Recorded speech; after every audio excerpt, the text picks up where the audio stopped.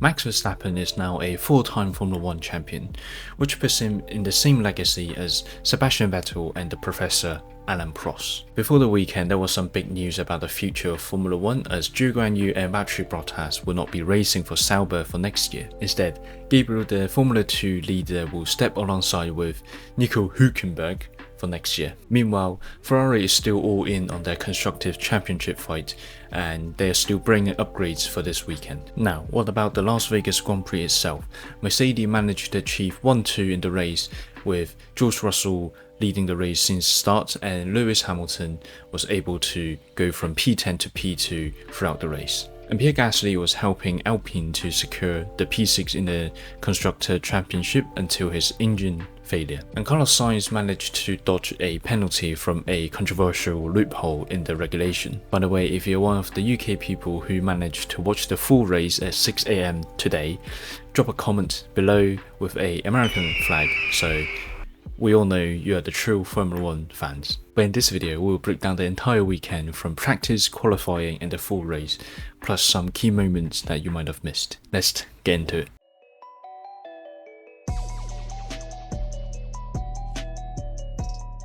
Practice in Las Vegas gave us a hint of what will happen in this weekend, while Mercedes was super dominant and George and Lewis was trading the top step across the whole FP1 to FP3. But it wasn't smooth for everyone. With the cold temperature and the lack of rubber on the track was very slippery and driver was describing it as driving in the wets, and turn 14 was basically catching everyone out as everyone was locking their tyre into that corner. So by the end of practice, Mercedes looks like the team to beat, while other teams like Red Bull seems to be holding back and focusing more on the tyre strategy for the later sessions. So now let's see how it all unfolded in qualifying.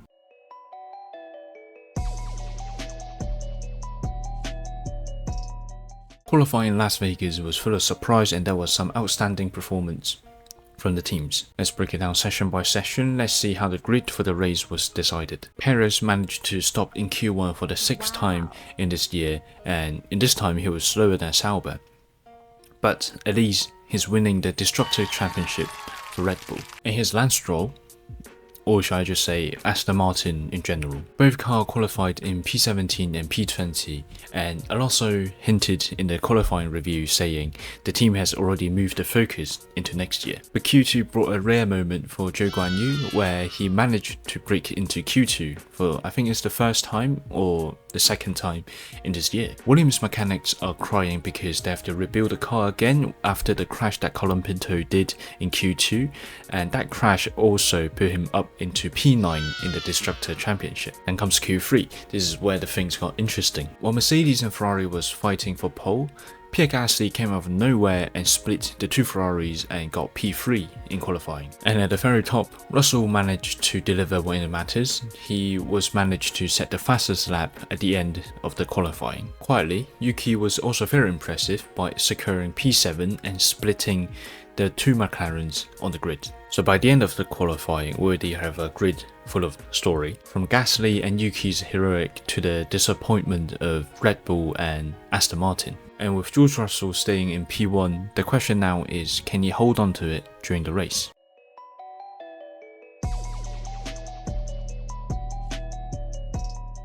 And now, the main event.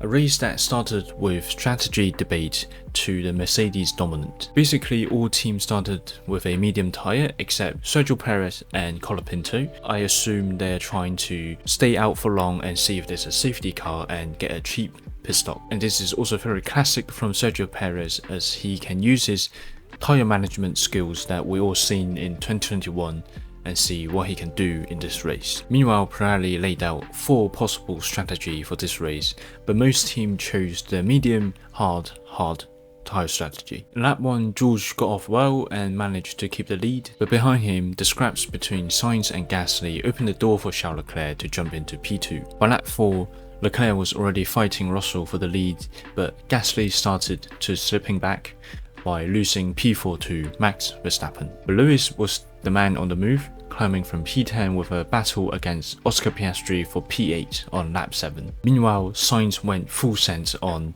lap 7 into Charles Leclerc by late braking to grab P2, but by lap 10, Sainz tyres gave up and Max took the position with ease. The heartbreak came on lap 17 as Gasly's engine gave up while the team was saying everything looks okay and was forced to retire from a weekend that could be big for him and for the team. And on lap 17, Ferrari did what they do the best by telling Sainz to pit when they're not even ready. So Sainz has to cross the pit entry line to exit and pit for 1 lap later. Lewis, on the other hand, on fresh tyre after his pit stop in lap 32, unleashed a rocket ship. He was managed to hit 350 km per hour on the straight and overtook Max for P3. And moments later, Leclerc pitted, and just like that, Mercedes had a 1-2 on their hands with Lewis in P2 and Russell leading. But not everything in the back went unnoticed. On lap 38, Sergio Perez pulled off an incredible double overtake in one corner,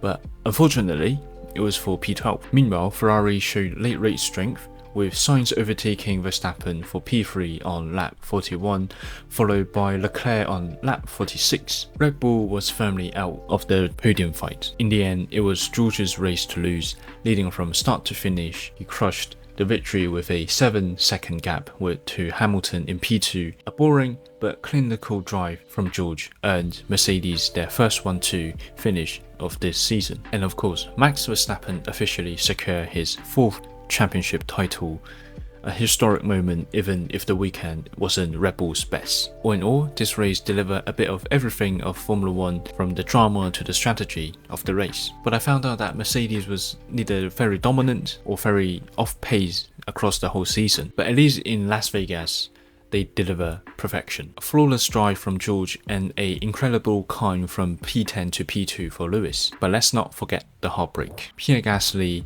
after a brilliant qualifying session, was robbed from a strong race result after his engine gave up in the mid-race. As for Carlos Sainz, his controversial pit exit went to unpenalized. Apparently, the rule only applies when you enter the pit exit after the pit entry, and it doesn't apply if you enter the pit entry and exit out of it. But while speaking of Ferrari, they're only now 27 points behind McLaren for the Constructors Championship. The fight for P1 is heating up, and with just a few races left in the calendar, every point matters at this point. But let's not forget about Haas.